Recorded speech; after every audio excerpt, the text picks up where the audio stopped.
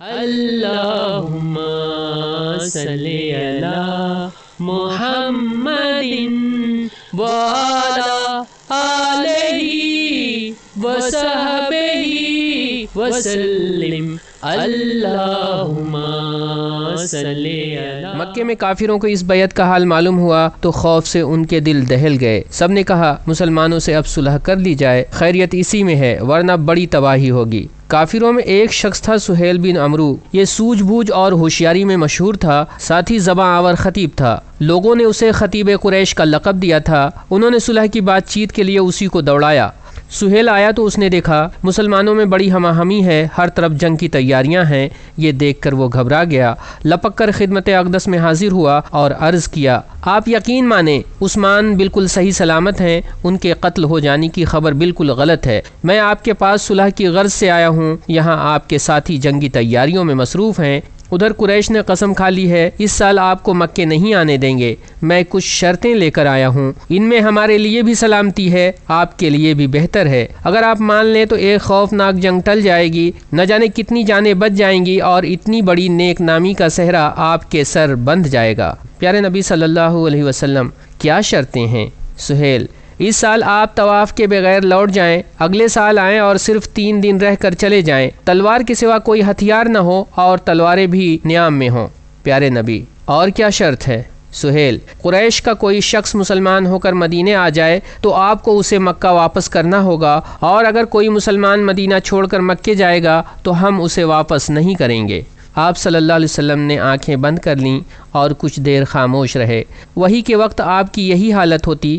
ادھر مسلمان اس ظالمانہ شرط پر غصے سے کھول رہے تھے، لیکن وہ ضبط کیے رہے۔ پھر آپ صلی اللہ علیہ وسلم نے آنکھیں کھولیں، فرمایا، اور کیا شرط ہے؟ سہیل، یہ صلح 10 سال تک رہے گی، اس مدت میں ہر ایک کو امن حاصل ہوگا، کوئی کسی سے چھیڑ چھاڑ نہیں کرے گا۔ پیارے نبی، اور کیا شرط ہے؟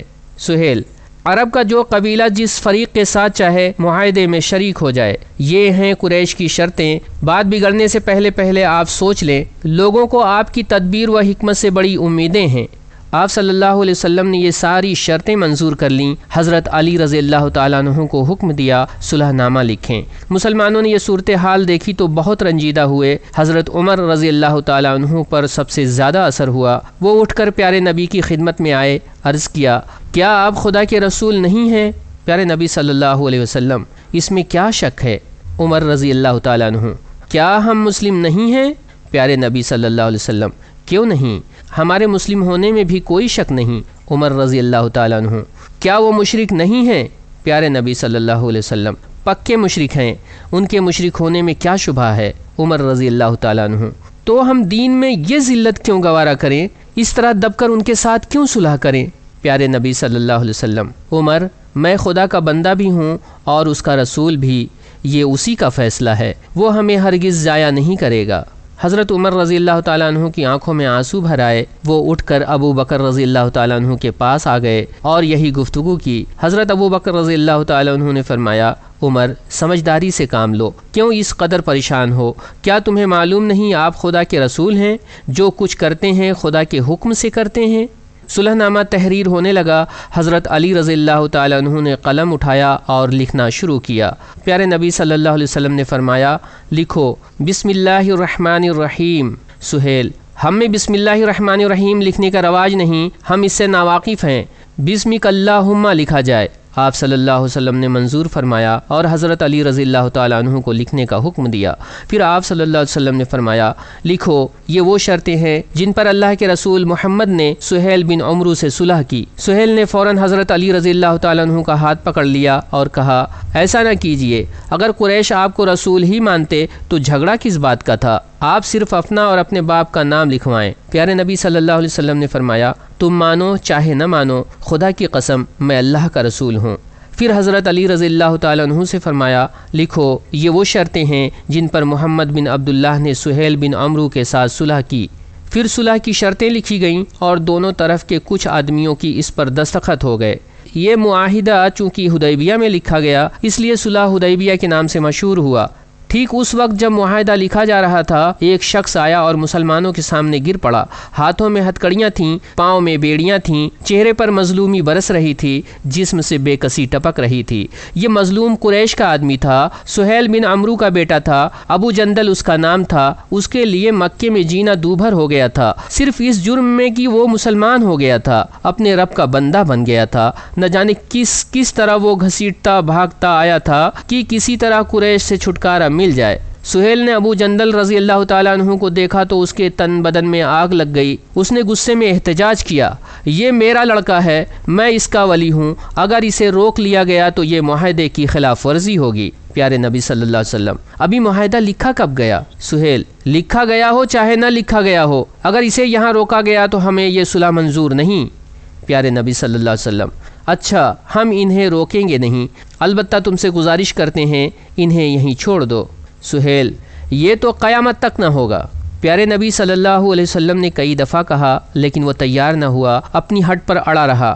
آپ صلی اللہ علیہ وسلم کو بہت ملال ہوا، کچھ دیر سر مبارک جھکا رہا، پھر آپ نے ابو جندل رضی اللہ تعالیٰ عنہ کی طرف رخ کیا، درد بھرے لہجے میں فرمایا، ابو جندل صبر سے کام لو، خدا تمہارے لیے اور تم جیسے دوسرے مظلوموں کے لیے ضرور کوئی راہ نکالے گا، اب صلح ہو چکی، ہم بدعہدی نہیں کر سکتے۔ سہیل نے بیٹے کی گردن پکڑی اور گھسیٹتا ہوا چلا۔ ابو جندل رضی اللہ تعالیٰ عنہ مسلمانوں کو پکارتے رہے، درد بھری آواز میں کہتے رہے، مسلمانوں، کیا پھر مجھے اسی دوزخ کی طرف لوٹا رہے ہو؟ میں اسلام لا چکا ہوں، کیا پھر مجھے کافروں کے پنجے میں دے رہے ہو؟ مسلمان یہ دردناک منظر دیکھ کر تڑپ اٹھے۔ حضرت عمر رضی اللہ تعالیٰ عنہ سے رہا نہ گیا، انہوں نے جھٹ ایک تلوار اٹھائی اور ابو جندل رضی اللہ تعالیٰ عنہ کی طرف بڑھائی کہ لو اس سے اپنی مدافعت کرو، لیکن ابو جندل رضی اللہ تعالیٰ عنہ نے اس کی ہمت نہ کی، چنانچہ زبردستی انہیں مکے لے جایا گیا۔ ادھر مسلمان غم و غصہ سے سلگتے رہے۔ مسلمان مدینہ لوٹ آئے، لیکن ان کا دل بجھا بجھا سا تھا کہ قریش تو شرطیں لگائیں اور مسلمان ان جابرانہ شرطوں کے سامنے سر جھکا دیں۔ حضرت ابو جندل رضی اللہ تعالیٰ عنہ کا دردناک واقعہ بھی نگاہوں میں پھر رہا تھا اور آنکھوں کی نیند اور دل کا چین غارت کر رہا تھا۔ اتنے میں قریش کا ایک اور آدمی بھاگ کر آیا، اس نے مسلمان ہونے کا اعلان کیا اور آپ صلی اللہ علیہ وسلم سے پناہ مانگی۔ یہ حضرت ابو بشیر رضی اللہ تعالیٰ عنہ تھے، بہت ہی مخلص اور نیک دل مسلمان تھے، کافروں کے ظلم سے تنگ آ کر بھاگے تھے۔ پیچھے پیچھے مکے سے دو آدمی اور آ گئے، ان دونوں نے ان کی واپسی کا مطالبہ کیا۔ پیارے نبی صلی اللہ علیہ وسلم مجبور تھے، کلیجے پر سل رکھ کر ان غریب کو ان دونوں کے حوالے کر دیا۔ ان دونوں نے مسلمانوں کے سامنے انہیں قید کیا اور ساتھ لے کر مکے چلے۔ مسلمان حسرت و افسوس سے انہیں تکتے رہے، ان کی مظلومی اور اپنی بے بسی پر آنسو بہاتے رہے۔ دونوں آدمی حضرت ابو بشیر رضی اللہ تعالیٰ عنہ کو لے کر ذوالحلیفہ پہنچے، وہاں موقع ہاتھ آ گیا۔ حضرت ابو بشیر رضی اللہ تعالیٰ عنہ نے ایک کو قتل کر دیا، دوسرا سر پر پیر رکھ کر بھاگا، مدینہ پہنچ کر آپ صلی اللہ علیہ وسلم سے شکایت کی۔ کچھ ہی دیر میں ابو بشیر رضی اللہ تعالیٰ عنہ بھی آ پہنچے، عرض کیا، حضور آپ نے تو مجھے واپس کر دیا تھا، اب آپ پر کوئی ذمہ داری نہیں۔ یہ کہہ کر وہ مدینے سے چلے گئے اور ریگستان و بیابان کی خاک چھانتے رہے، پھر سمندر کے کنارے پہنچے اور وہیں ٹھہر گئے۔ قریش کا کوئی قافلہ ادھر سے گزرتا تو اس پر چھاپا مارتے، جو کچھ ہاتھ آتا لے بھاگتے۔ مکے میں بہت سے مسلمان پڑے ہوئے تھے اور قریش کی بے دردیوں کا نشانہ بن رہے تھے، معاہدے کی وجہ سے وہ مدینہ بھی نہیں جا سکتے تھے۔ انہیں پتہ چلا ایک نیا ٹھکانہ پیدا ہو گیا ہے، وہ بھاگ بھاگ کر وہیں آ گئے۔ اب ایک طاقتور ٹولی تیار ہو گئی جس نے قریش کے قافلوں کا ناک میں دم کر دیا۔ وہ ان کا سارا سامان لوٹ لیتے اور پہاڑی دروں میں جا دبکتے۔ قریش نے بہت کوشش کی لیکن ان پر قابو نہ پا سکے۔ آخر وہ عزیز آ گئے، انہوں نے رسول خدا صلی اللہ علیہ وسلم کے پاس کہلا بھیجا، ہم اپنی اس شرط سے باز آئے، آپ ان مسلمانوں کو اپنے پاس بلا لیجئے۔ آپ صلی اللہ علیہ وسلم نے ان سارے مسلمانوں کو مدینہ بلا لیا۔ مسلمان سخت حیران تھے کہ جو شرط سب سے زیادہ ان کے خلاف تھی اور قریش کے حق میں تھی، قریش اس سے کیسے دستبردار ہو گئے؟ لیکن وجہ معلوم ہوئی تو ان کی حیرانی جاتی رہی۔ انہوں نے دیکھا کہ صلح حدیبیہ جسے وہ کھلی ہوئی ہار سمجھ رہے تھے، کتنی بڑی جیت ثابت ہوئی۔ اس وقت انہیں صلح حدیبیہ کی حکمتیں نظر آئیں جو اس سے پہلے نگاہوں سے اوجھل تھیں۔ اگلے سال مسلمان مکے گئے، وہاں 3 دن ٹھہرے، طواف و زیارت کیا، پھر مدینہ لوٹ آئے۔ قریش نے بھی اپنا وعدہ نبھایا اور مسلمانوں سے کوئی چھیڑ چھاڑ نہ کی۔ ہجرت کا 8واں سال شروع ہو گیا۔ اس سال لوگ کثرت سے مسلمان ہوئے۔ قریش کی صفوں سے بہت سے نامور بہادر ٹوٹ ٹوٹ کر اسلام کی گود میں آ گئے۔ خالد رضی اللہ تعالیٰ عنہ بن ولید اور عمر بن عاص کا اسلام بھی اسی زمانے کی یادگار ہے۔ حضرت خالد رضی اللہ تعالیٰ عنہ قریش کے سب سے بڑے سپہ سالار تھے اور حضرت عمر بن عاص عرب کا دماغ سمجھے جاتے تھے۔ آگے چل کر یہی دونوں فوج اسلام کے 2 مشہور کمانڈر بنے۔ ایک نے شام میں اسلام کا جھنڈا لہرایا تو دوسرا فاتح مصر کے نام سے مشہور ہوا۔ خزاع اور بکر عرب کے 2 مشہور قبیلے تھے۔ ان میں ایک زمانے سے دشمنی چلی آ رہی تھی۔ جب اسلام ان کے سامنے خطرہ بن کر ظاہر ہوا تو آپس کی دشمنی بھول گئے اور اسلام کو مٹانے میں تن من دھن سے لگ گئے۔ حدیبیہ کی صلح ہوئی تو بکر نے سوچا اب اسلام کا خطرہ جاتا رہا، اب دشمنوں سے بدلہ لینے کا وقت آ گیا۔ انہوں نے خزاع پر حملہ کر دیا۔ صلح حدیبیہ کی روح سے کچھ قبیلوں نے مکے والوں کا ساتھ دیا تھا، کچھ قبیلے مسلمانوں کے ساتھ ہو گئے تھے۔ خزاع کا قبیلہ مسلمانوں کا ہمدرد تھا، وہ مسلمانوں کے ساتھ ہو گیا تھا اور ان کے دشمن بکر قریش کے ساتھ تھے۔ قریش کے کسی ساتھی قبیلے کا مسلمانوں کے کسی ساتھی قبیلے پر حملہ کرنا معاہدے کو توڑنا تھا۔ بکر نے خزاع پر حملہ کیا تھا، یہی بات معاہدے توڑنے کے لیے کافی تھی، لیکن اسی پر بس نہ تھا۔ قریش نے بھی بکر کی مدد کی۔ ان کے بہادروں نے صورتیں بدل بدل کر خزاع پر تلواریں چلائیں۔ خزاع نے مجبور ہو کر حرم میں پناہ لی۔ ظالموں نے حرم کی حرمت کا بھی خیال نہ کیا، اس میں گھس گھس کر بے دھڑک خون بہایا۔ خزاع کے کچھ آدمی بھاگ کر مدینہ پہنچے، آپ صلی اللہ علیہ وسلم سے فریاد کی۔ خزاع کی مظلومی کی داستان سنی تو آپ صلی اللہ علیہ وسلم کو بڑا رنج ہوا۔ معاہدے کی روح سے ان کی مدد آپ صلی اللہ علیہ وسلم پر فرض تھی۔ آپ صلی اللہ علیہ وسلم نے فوراً قریش کے پاس آدمی دوڑایا اور 3 شرطیں پیش کیں کہ ان میں سے کوئی ایک شرط منظور کر لو۔ نمبر 1، خزاع کے جتنے آدمی مارے گئے ان کا خون بہا ادا کرو۔ نمبر 2، بکر سے الگ ہو جاؤ۔ نمبر 3، اعلان کر دو حدیبیہ کا معاہدہ ٹوٹ گیا۔ قریش کا ایک سردار سب کی طرف سے بولا، تیسری شرط منظور ہے، اب ہم میں تم میں معاہدہ نہیں رہا۔ کہنے کو تو یہ کہہ دیا لیکن آدمی چلا گیا تو قریش بہت پچھتائے۔ فوراً ابو سفیان کو سفیر بنا کر مدینے دوڑایا کہ معاہدے کو تازہ کریں اور آپ صلی اللہ علیہ وسلم سے مہلت مانگیں۔ ابو سفیان کی ایک بیٹی تھیں ام حبیبہ رضی اللہ تعالی عنہا، یہ پیارے نبی صلی اللہ علیہ وسلم کو بیاہی تھیں اور مدینے میں ہی رہتی تھیں۔ ابو سفیان سب سے پہلے بیٹی کے گھر پہنچا۔ ہو سکتا تھا مدت کے بعد باپ کا چہرہ دیکھ کر بیٹی کا دل بھر آتا، پرانی یادیں تازہ ہو جاتی، لیکن یہاں تو اسلام کی محبت دل میں گھر کر چکی تھی اور سینے میں کفر سے نفرت کی آگ سلگ رہی تھی۔ بیٹی نے باپ سے سیدھے منہ بات نہ کی۔ ابو سفیان مایوس ہو کر وہاں سے چل دیا، سمجھ گیا بیٹی کوئی مدد نہیں کر سکتی۔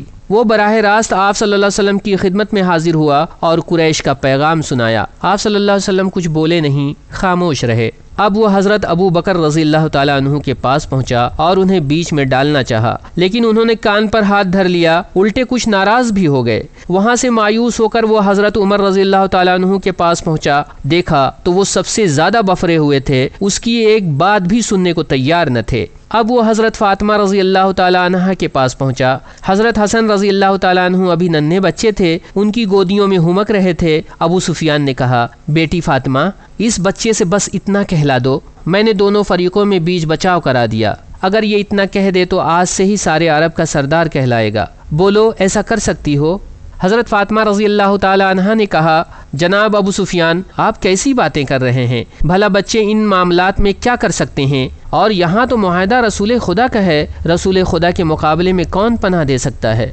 ان سے بھی بات نہ بنی تو ابو سفیان حضرت علی رضی اللہ تعالی عنہ سے ملا، ان کے سامنے اپنا مسئلہ رکھا۔ انہوں نے کہا، پیارے نبی صلی اللہ علیہ وسلم جو بات طے کر چکے اس میں کوئی کہاں دخل دے سکتا ہے؟ اب تو بس ایک ہی شکل ہے، تم مسجد میں جا کر اعلان کر دو، میں حدیبیہ کی صلح بحال کرتا ہوں۔